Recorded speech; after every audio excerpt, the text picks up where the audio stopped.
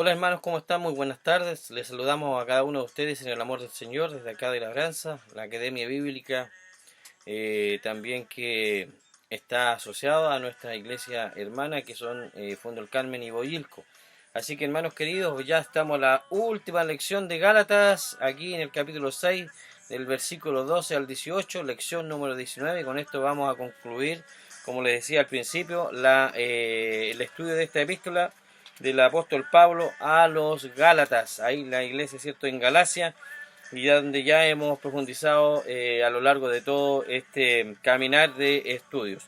Hermanos queridos, entonces vamos a orar antes de dar comienzo, agradeciendo también a cada uno de ustedes por ser partícipes de nuestros estudios y también que sea el Señor primeramente en todo glorificado. Así que vamos a orar. Padre, gracias Señor, te damos por este año que ya comenzamos, ¿cierto Señor? Lo comenzamos en tu fuerza, lo comenzamos Señor en tu bendición, lo comenzamos Señor bajo tu mano poderosa, bajo tus alas, Señor, estamos ahí seguros, dice tu palabra. Y Padre, oramos Señor para agradecerte primeramente porque este año sea también de bendición tal como el año pasado. A pesar de todas las situaciones y dificultades, Señor, podemos declarar victoria. Tú eres, Señor, nuestro Dios, tú eres nuestra fortaleza, tú eres nuestro castillo. Gracias, Señor amado, y vamos con tu ayuda, a finalizar, Señor, también esta última lección del capítulo 6. Y queremos, Señor, que tú bendiga a cada hermano, cada oyente, a cada persona, Señor, que está escuchando esta palabra tuya. Gracias, Señor, en amor de Cristo, Jesús, tu Hijo amado. Amén y amén.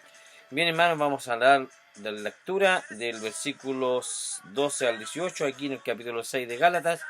Esperamos, cierto, que siempre usted esté ahí con su Biblia a mano. Y vamos a leer. El título de ahí decía: Pablo se gloria en la cruz de Cristo. Y el 12 dice: todos los que quieren agradar en la carne, estos os obligan a que os circuncidáis solamente para no padecer persecución a causa de la cruz de Cristo. Porque ni aun los mismos que se circuncidan guardan la ley, pero quieren que vosotros os circuncidéis para gloriarse en vuestra carne. Pero lejos esté de mí gloriarme, sino en la cruz de nuestro Señor Jesucristo, pues, por quien en el mundo me he crucificado a mí y yo al mundo. Porque en Cristo Jesús ni la circuncisión vale nada, ni la incircuncisión, sino una nueva creación. Y a todos los que anden conforme a esta regla, paz y misericordia sea a ellos y a Israel y al Israel de Dios. De aquí en adelante nadie me cause molestias, porque yo traigo en mi cuerpo las marcas del Señor Jesús. Hermanos, la gracia de nuestro Señor Jesucristo sea con vuestro espíritu. Amén, dice su palabra, y nosotros confirmamos también aquello. Bueno, hermanos, dice que ya estamos encontrándonos en este sexto y último capítulo del libro de Gálatas y nos vayamos leyendo los últimos versículos también de esta epístola, tal como yo les indicaba al comienzo. Y estamos en esta última sección de la carta, que es la conclusión firmada del apóstol Pablo.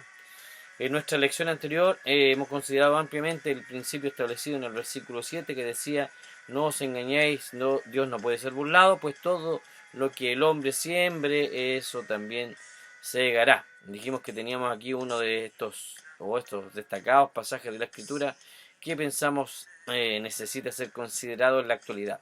Y Pablo está presentando aquí un gran principio, una ley inmutable que opera en todas las esferas de la vida. En el sector de la agricultura, una persona siembra cierto trigo y eso es lo que cosecha trigo. Y antes de comenzar entonces nuestra última sección de esta carta, vamos a leer el versículo 10 y vamos a recordar lo que dijimos sobre él. Así que según tengamos oportunidad, hagamos bien a todos, y especialmente a los que de la familia, los de la familia de la fe. Aquí el escritor dio un paso más diciendo que tenemos que hacer el bien. Ahora reconocemos que el mensaje integral de algunas creencias religiosas tiene su énfasis principal en hacer el bien. Pero aquí hay que añadir algo que se necesita, y es tener el fundamento correcto bajo esas buenas obras. Y ese fundamento correcto es el Evangelio de la gracia de Dios y el vivir controlado por el Espíritu de Dios. Ya, vamos entonces ahora al versículo 12, que es el que acabamos de leer. todos los que quieren agradar a la gente, esos os obligan a que os circuncidáis solamente para no padecer persecución a causa de la cruz de Cristo. Ejerciendo entonces presión y recalcando la circuncisión entre los no judíos, los judaizantes esperaban evitar el enojo y la ira de los judíos que no eran cristianos. Los judaizantes eran los legalistas de su tiempo. En realidad el que predique el legalismo no tendrá problema. Apela al ser humano natural porque la ley fue dada para refrenarlo. Por cierto, muchos de nosotros pensamos que la vieja naturaleza pecaminosa debería estar limitada. Cada persona entonces desea que en la sociedad humana todos los demás ciudadanos obedezcan la ley. Y francamente también nos agrada una ley que es la que podamos obedecer. Por ejemplo, en una carrera, ¿cierto? Todos los corredores les gusta poder saltar limpiamente sin que nadie haga trampa. Entonces el legalismo podríamos decir que es popular. Ahora la gracia de Dios no es popular. El corazón humano la encuentra repulsiva y es la ofensa que produce la cruz de Cristo para muchos. Luego el apóstol dijo en el versículo 13, porque ni aun los mismos que se circuncidan guardan la ley, pero quieren que vosotros os circuncidéis. ¿Para qué? Para jactarse de la señal que llevaríais en vuestro cuerpo. Obligando a los no judíos a circuncidarse, los judaizantes conseguían el mérito de colocarlos bajo la ley. Y lo interesante aquí es que para ellos que decían que vivían bajo la ley no la estaban cumpliendo, la verdad que en realidad es nada. Muchos que proclaman vivir de acuerdo con las enseñanzas del Sermón del Monte actúan con hipocresía. Esto es lo que hemos comprobado en nuestra experiencia al tratar con muchos tipos de personas. Y a veces nos hemos encontrado con personas que declaran que el Sermón del Monte es su religión.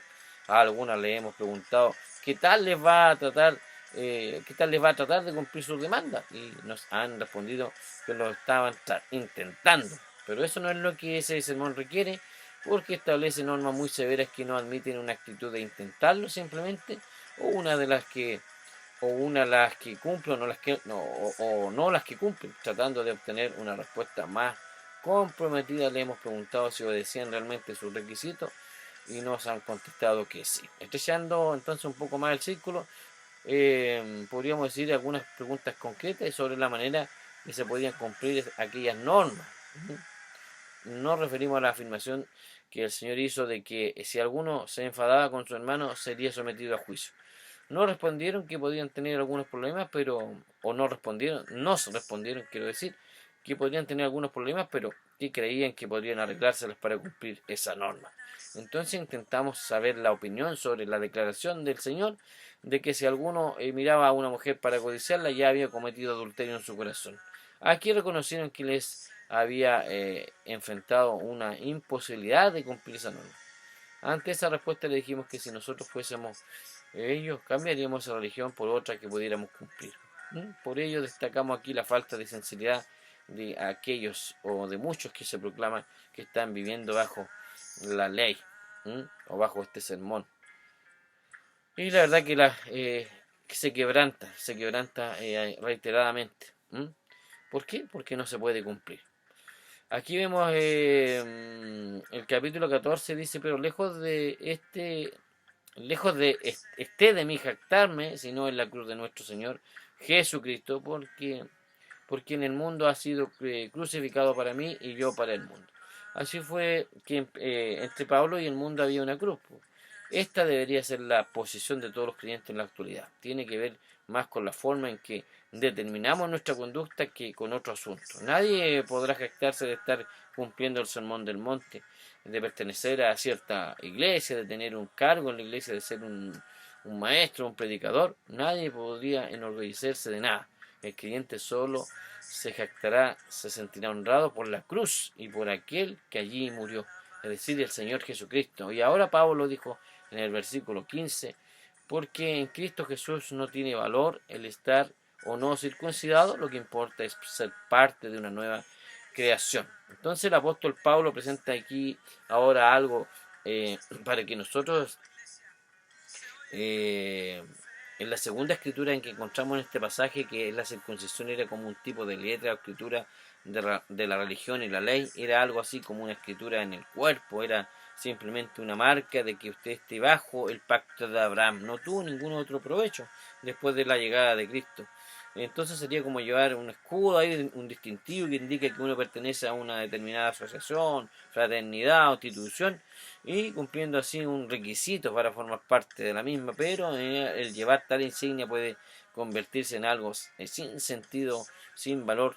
¿Mm? Y lo esencial después de la llegada del Señor Jesucristo es que el Espíritu de Dios venga a nuestras vidas. ¿Mm? Y nos convierta en una nueva criatura, una nueva creación, unida al Señor Jesucristo. Bueno, nos damos cuenta que Pablo aquí nunca hubiera tenido tantas dificultades con el legalismo de su época si él hubiera presentado el Evangelio como solo un competidor en el campo religioso, pero observamos que el apóstol no estaba proclamado, ¿m? No estaba proclamando su mensaje, sino que el mensaje de Cristo. Llegamos entonces a la nueva y tercera y última letra o escritura aquí en el capítulo 6, en los versículos 16 y 17, dice: a todos los que anden conforme a esta regla, paz y misericordia sea a ellos y a Israel y al Israel de Dios. De aquí en adelante nadie me cause molestias, porque yo llevo en mi cuerpo las marcas del Señor Jesús. Vemos entonces que el apóstol les deseó paz y gracia a todos los que vivieran de acuerdo con esa regla, es decir, a aquellos que habían hecho realidad en su vida el mensaje de la salvación por la gracia de Dios, solamente por medio de la fe. La bendición fue entonces pronunciada para los gálatas cristianos y para los judíos que habían creído en dicho mensaje. Aquí el apóstol Pablo les pidió que dejaran de causarle problemas y dificultades y les ofreció a sus sacrificios una prueba final decisiva: las marcas del Señor Jesús. Observemos las palabras marca. El apóstol Pablo está aquí hablando de las marcas de su cuerpo. Corresponde a la palabra griega stigmata, que significa cicatrices.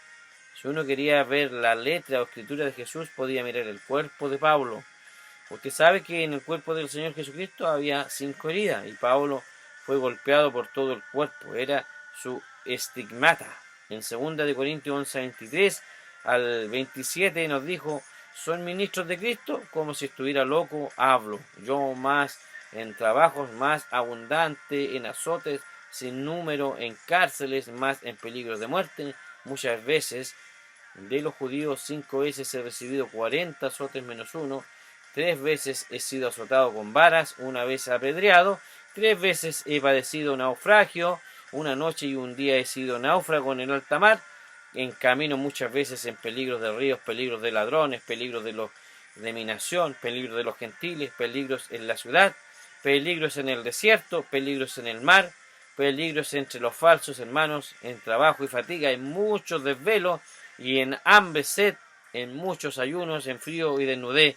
Ahora, la estigmata representaban entonces los sufrimientos de Pablo que él había soportado por causa del Evangelio, por causa del Señor Jesucristo. Y en la época de Pablo, la palabra, como dijimos, estigmata, era usada en 3 formas. Cuando un esclavo huido era encontrado y traído nuevamente a su amo, era marcado en su frente. También los soldados que pertenecen a las compañías ya tenían los nombres de sus comandantes tatuados en su frente. Y así también los devotos de la diosa pagana tenían su nombre marcado en sus frentes. Y en el tiempo de Pablo había mucho de este culto en Asia Menor y por todo el Imperio Romano. Pablo entonces dijo: y llevo en mi cuerpo las marcas del Señor Jesús. Fue como si en realidad hubiera dicho: os he escrito desde mi profunda emoción y gran convicción.